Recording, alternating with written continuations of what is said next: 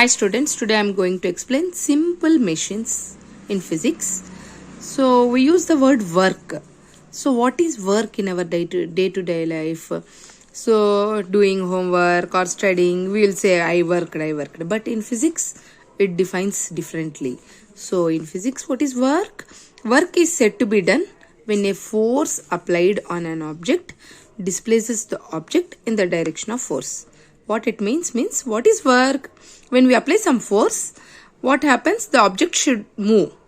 Where it should move? In which direction we are applying the force? In that direction, it will move. When it does not move, then no work is done. When it moves only, the work is done. So, but when you pick a book from a table, there will be change in the position of the book because you applied some force by your hand. So, their work is done. Or drawing water from a well, kicking a ball, climbing up a hill. All these are examples of work being done. So when you run, you work. When you run, you use the energy of your body.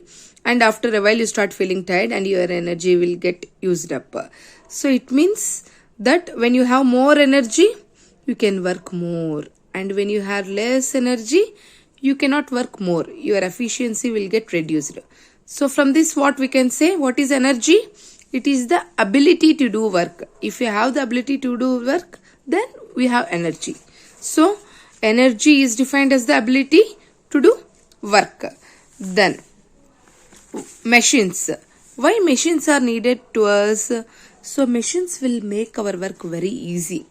So when we think of machines, we will think very big machines. No. Even small machine is also a machine. Even a spoon is also a machine. Yes, no. Then it is very difficult to open the lid of a tin. So with the bare hand. But when we use a spoon with its tip, we can easily open it. So spoon is also a machine here. So from this, what we can tell? What are machines? Tools and objects that help us to perform the same amount of work with less effort. So the amount of work which we are doing, which make us easily with less effort than we do normally, are called machines. So we can write tools and objects that help us to perform the same amount of work with much less effort than we do manually, are called machines. Then again in this, simple machines and complex machines are there. Simple machines like spoons, knives, hammers are called simple machines because they have only few moving parts or no moving parts. But the machines such as sewing machines, cars, they have more moving parts. So they are called complex machines. So let's see how the functions of machines. What are the functions of machines? How the functions will work? So the amount of work done is same whether we do manually or when we do by using machines, but our effort will be less. So changing the magnitude of the applied force. It is very difficult to open the sealed metal cap of a cold drink water with our hands. But if we use opener with very less effort, we will open the cap easily. So it will increase the force. So it will increase the force, and that type of machines are called force multiplier machines. So it will change the magnitude of applied force. It will increase the force. Then it will also change the direction of applied force. It is, in some situations, it is more convenient for us to apply force in particular direction. For example, change in the direction of the applied force takes place when the underground water is pulled with the help of a hand pump. It is very easy using of hand pump. Just we can pump and water will come. Like this, it will change the direction of the force. Then, what is the mechanical advantage of a machine? What is mechanical advantage? So, I already told machine will multiply the force. It will increase the force. That is called mechanical advantage. And the force applied on the machine to do some work is called effort. The force applied on the machine. Who will apply on the machine? By us. So, is called effort. Force applied by the machine. The force which is applied by the machine is called load. So, what is mechanical advantage? Load by effort. Means load is the force applied by the machine. Effort is force applied on the machine. Means force applied by us. So if the effort is less than load, means we are putting very less effort than the work done by the machine, then mechanical advantage is greater than 1. If the effort is greater than load, we are putting more effort but the machine is not putting any effort, then mechanical advantage is less than 1. If we are putting the same effort and the machine is also putting same effort, then mechanical advantage is 1. Then when is our task becomes easier? When we put little effort and the load is more. So when the mechanical advantage is greater than 1, then our work will become very easy. Then efficiency of a machine. What is efficiency? So it's output. So how much output it is giving. The work done by a machine is called output, or we can say output energy. And the work done on a machine, what we are doing on the machine, is input or input energy. So the ratio of output energy by input energy is nothing but its efficiency. Means its output should be more than input. Then efficiency generally expressed in percentage. So efficiency in percentage is equal to output energy by input energy into 100. So then there are different types of simple machines. So here they gave only 6 main types. Let's see. Lever, inclined plane, wedge, screw, pulley, wheel and axle. Wheel and axle. Let's see first lever. Have you ever sat on a seesaw? This is seesaw. See here. Seesaw is nothing but a lever. A crowbar, bottle opener, a wheelbarrow. All these are levers commonly used. So what is a lever? It is the simplest of all the types of machines. It is a rigid bar that can rotate freely about a point. So about one point it can rotate easily.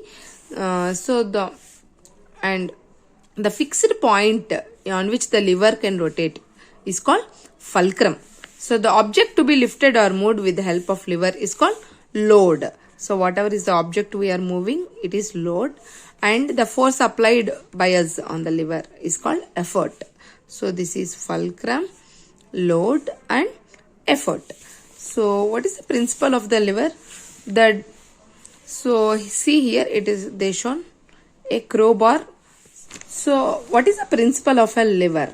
So it is a crowbar. See here, it is a crowbar AB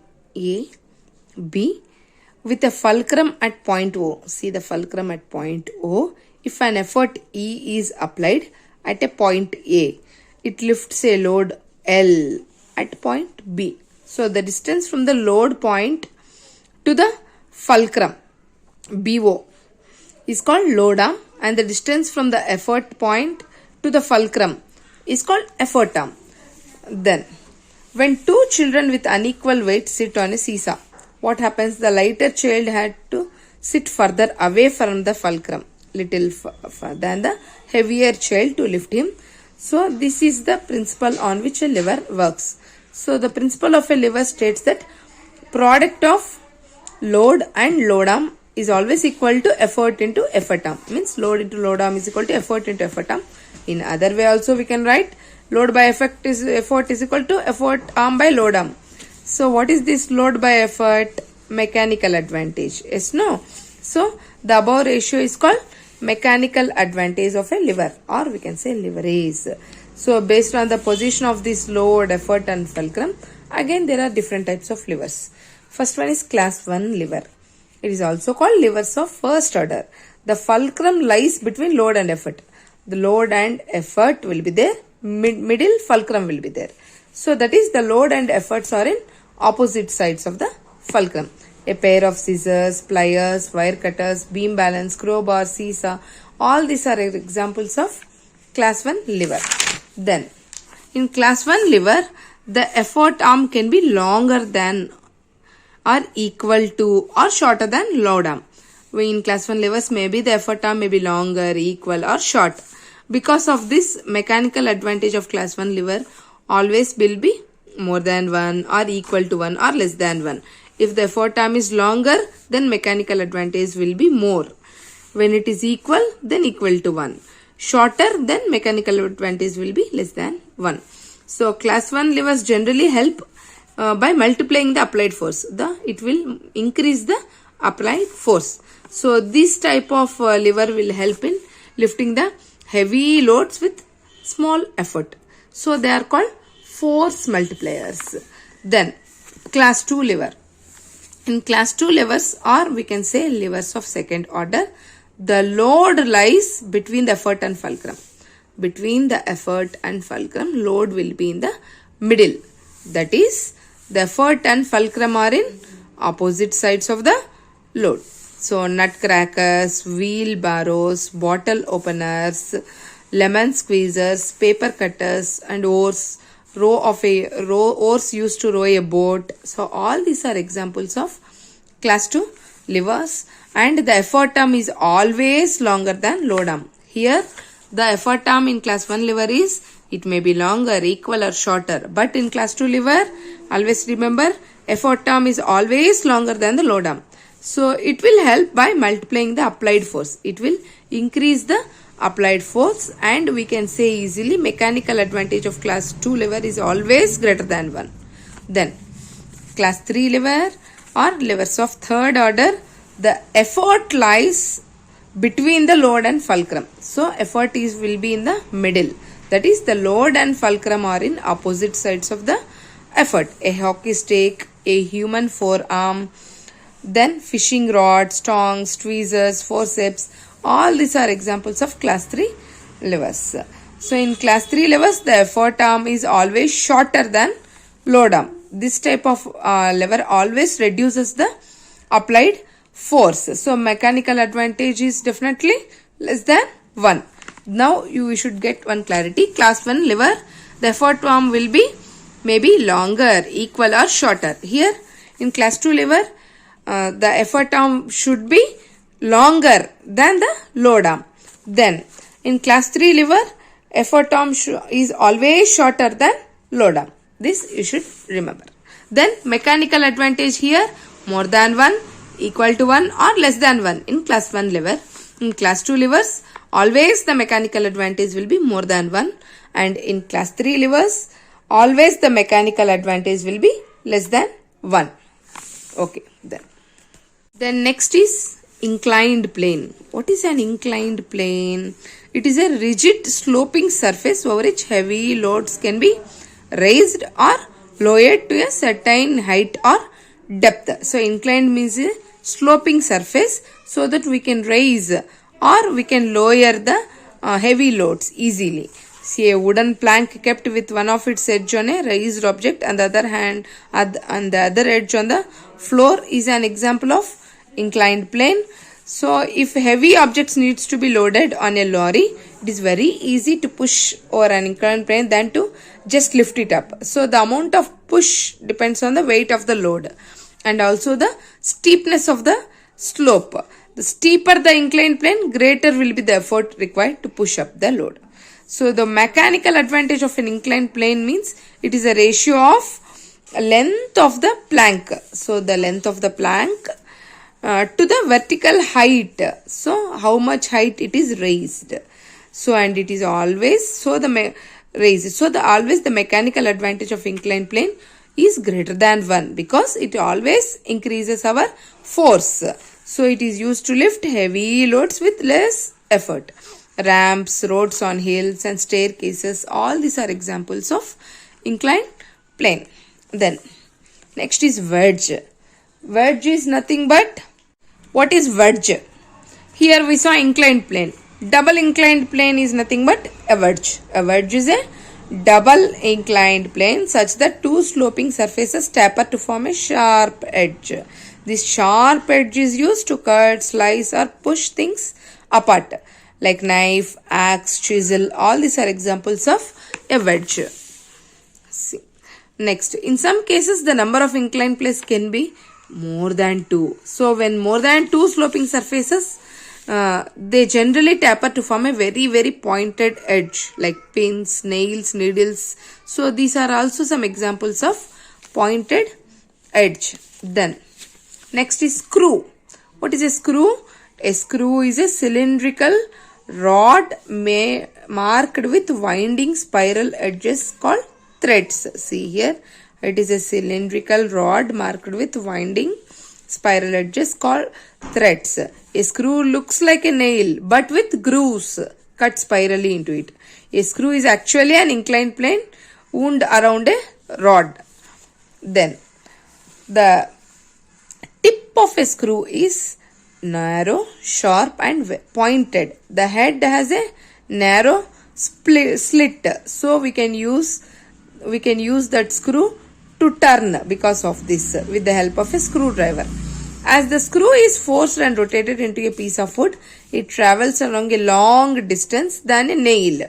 So less effort is needed to drive a screw into a block of wood than a nail. Because of the threads, a screw will get more grip than the nail. So the principle of a screw always applies to a nut and bolt arrangement, and a screw jack used to lift a car. A long handle rotates the screw of a jack and car is raised up. Then what is pulley? A pulley is a wheel or a circular discs that can rotate freely about a fixed point. So a pulley is made up of flat circular disc of metal or wood having a groove along its rim. A pulley rotates around a fixed point passing through its center. It is actually used to lift heavy objects. So the grooves present in the rope from slipping of the disc. These grooves will help to prevent the rope from slipping. The load to be lifted is attached at the one end of the rope, whereas the effort is applied on the other end. So here the effort is applied in the one end and the load is supported with, fixed with an other end. And this is a circular disc where the rope is tied. Then a pulley generally changes the direction of the force, applied force, and it is from upwards against gravity to downwards towards gravity. So there are two examples of pulley: single fixed pulley and single movable pulley. What is single fixed pulley? A single fixed pulley has a fixed axis of rotation. Here it will be having a fixed point of rotation. This pulley is attached to a rigid support. While using this pulley, we pull the rope downwards. So that the load moves upwards. Hence the effort moves through the same distance as the load. How much we pull, that much it will be raised. This type of pulley is usually used to draw water from a well. Then what is single movable pulley? See, in a single movable pulley, the axis of rotation is not fixed. The axis of rotation here, it is not fixed. One end of the rope which passes over the groove is tied to a rigid support. One end is tied to a rigid support. The effort is applied on the other end of the rope. The load is attached to the pulley. So this type of pulley is generally used by cranes to lift the heavy loads. Then next is wheel and axle arrangement. As the name only will tell, so it is a combination of wheel and axle. Wheel and axle. So a wheel and axle arrangement consists of a wheel attached to a rod called axle. That rod is called axle. That when the wheel is made to rotate, the axle also rotates.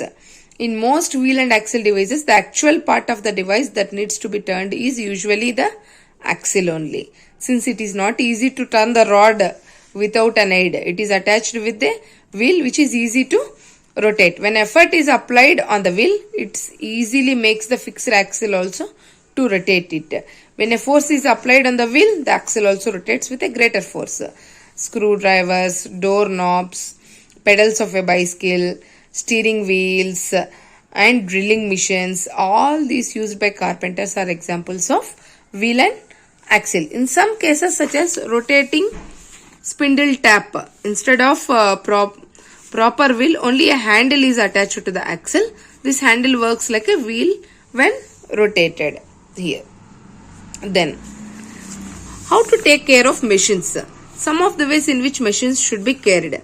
Machines should always be kept in clean environment, free from dust and moisture. When we are not using the machines, it should be covered and prevent from the dust to store on them. Machines made of iron should be protected from rust by painting it. The moving parts of a machine should be regularly oiled. So with a good quality oil to reduce friction and wear and tear. Thank you.